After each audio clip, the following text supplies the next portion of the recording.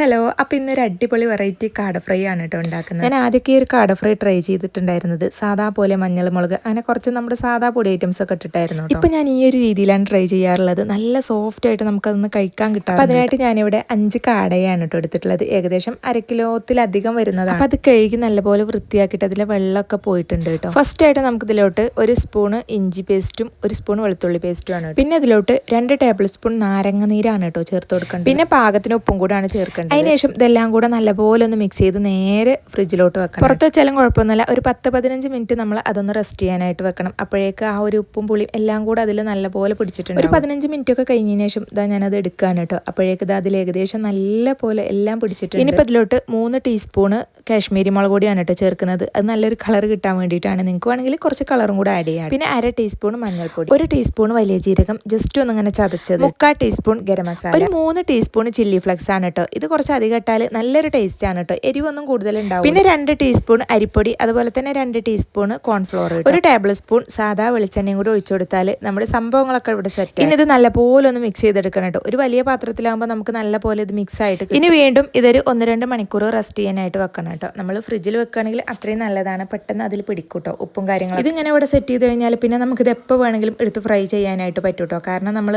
ആ ഒരു സ്പോട്ടിൽ തന്നെ ചെയ്യേണ്ട ആവശ്യമൊന്നുമില്ല. ഇങ്ങനെ ചെയ്ത് ഫ്രിഡ്ജിലോട്ട് മാറ്റി വെക്കുകയാണെങ്കിൽ പിന്നെ നമുക്ക് ആ ഒരു ടൈമും കൊണ്ട് നമുക്ക് ചോറും കാര്യങ്ങളൊക്കെ വെക്കാനുള്ള ഒരു ടൈമും കൂടെ കിട്ടും. ഇനിയിപ്പോൾ അതാ നേരെ എടുത്തിട്ട് നമുക്കിതാ നമ്മുടെ ഓയിലോട്ട് ഇടാം കേട്ടോ. ഞാൻ സൺഫ്ലവർ ഓയിലാണ് ഇവിടെ ഉപയോഗിച്ചിട്ടുള്ളത്. നല്ല ഹൈ ഫ്ലെയിമിൽ ഇടണം. എന്നിട്ട് പിന്നെ ജസ്റ്റ് ഒന്ന് ലോ ഫ്ലെയിമിലോട്ട് ആക്കണം കേട്ടോ. എന്നാലും ഇത് മെല്ലെ ഒന്ന് വെന്ത് ഇടയ്ക്കതൊന്ന് തിരിച്ചും മറിച്ചൊക്കെ ചേർത്ത് കൊടുക്കണം കേട്ടോ. അല്ലാന്നുണ്ടെങ്കിൽ ആ ഒരു ചില്ലി ഫ്ലക്സ് ഒക്കെ പെട്ടെന്ന് കരിഞ്ഞു പോകും. അപ്പോൾ അതിനാണ് ജസ്റ്റ് ഒന്ന് ഇങ്ങനെ അങ്ങോട്ടും ഇങ്ങോട്ടും ഒക്കെ ഒന്ന് മറിച്ചിട്ട് കൊടുക്കുന്നത് കേട്ടോ. എന്നാലുള്ള 2 ഭാഗവും നല്ലപോലെ വെന്ത് കിട്ടുള്ളൂ. അപ്പോൾ ഇതിവിടെ സംഗതി സെറ്റ് ആയിട്ടുണ്ട് കേട്ടോ ഏകദേശം. ഇനി നമുക്ക് ഈ ഒരു എണ്ണയിൽ തന്നെ ഇത് വറുത്തതിന് ശേഷം നമുക്ക് കുറച്ച് കറിവേപ്പിൻ്റെ ഇലയും അതുപോലെ തന്നെ കുറച്ച് പച്ചമുളകും കൂടെ ആ ഒരു എണ്ണയിൽ വറുത്തിട്ട് കൊടുത്താൽ നല്ലൊരു സ്മെല്ലും കൂടെ കിട്ടും. ആദ്യമൊക്കെ ഞാൻ കാട പൊരിക്കുകയാണെങ്കിൽ അതൊന്നും അധികം ഒന്നും കഴിക്കാൻ കിട്ടാറില്ലായിരുന്നു കേട്ടോ. കാരണം അതിൻ്റെ എല്ലാം ഏകദേശം നല്ല ബലം കട്ടി, അതുപോലെ നമുക്ക് കടിക്കാനൊന്നും പറ്റാത്ത ആ ഒരു അവസ്ഥയിലായിരുന്നു കേട്ടോ. ഇപ്പോൾ ഈ ഒരു രീതിയിൽ ഞാൻ ചെയ്യുന്നതുകൊണ്ട് നല്ലപോലെ അതിന് നമുക്ക് ആ ഒരു അതിൻ്റെ കഷ്ണമൊക്കെ കിട്ടുന്നുണ്ട് കേട്ടോ. എല്ലാം മറ്റേത് ഫുള്ള് നമുക്ക് എല്ലാം മാത്രമേ കിട്ടുള്ളൂ. ഇതങ്ങനെയല്ല കേട്ടോ, നല്ല ടേസ്റ്റ്. നമ്മൾ ഇടയ്ക്കിടയ്ക്ക് ഇത് വാങ്ങിക്കാറുണ്ട്.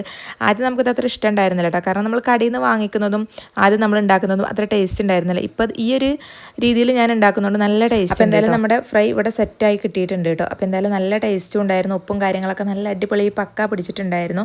അപ്പോൾ ഇതുവരെ ട്രൈ ചെയ്യാത്തവരുണ്ടെങ്കിൽ കാടയൊക്കെ വാങ്ങിയിട്ട് ഒന്ന് ട്രൈ ചെയ്യുക കേട്ടോ. നല്ല അധികം വിലയും കാര്യങ്ങളൊന്നുമില്ല. നമുക്ക് ട്രൈ ചെയ്യാൻ പറ്റുന്ന അത്ര വില തന്നെ ഉള്ളൂ. അപ്പോൾ വീഡിയോ ഇഷ്ടമെങ്കിൽ ലൈക്ക് ചെയ്യാനും ഷെയർ ചെയ്യാനും സബ്സ്ക്രൈബ് ചെയ്യാനും മറക്കല്ലേ. ഇൻസ്റ്റീന്നാണ് നിങ്ങൾ കാണുന്നതെങ്കിൽ ഫോളോ ചെയ്യാനും മറക്കല്ലേ കേട്ടോ. അപ്പോൾ അടുത്ത നല്ലൊരു വീഡിയോ ആയിട്ട് കാണാം. ലോങ് വീഡിയോ നമ്മുടെ ചാനലിൽ അപ്ലോഡ് ചെയ്തിട്ടുണ്ട് കേട്ടോ.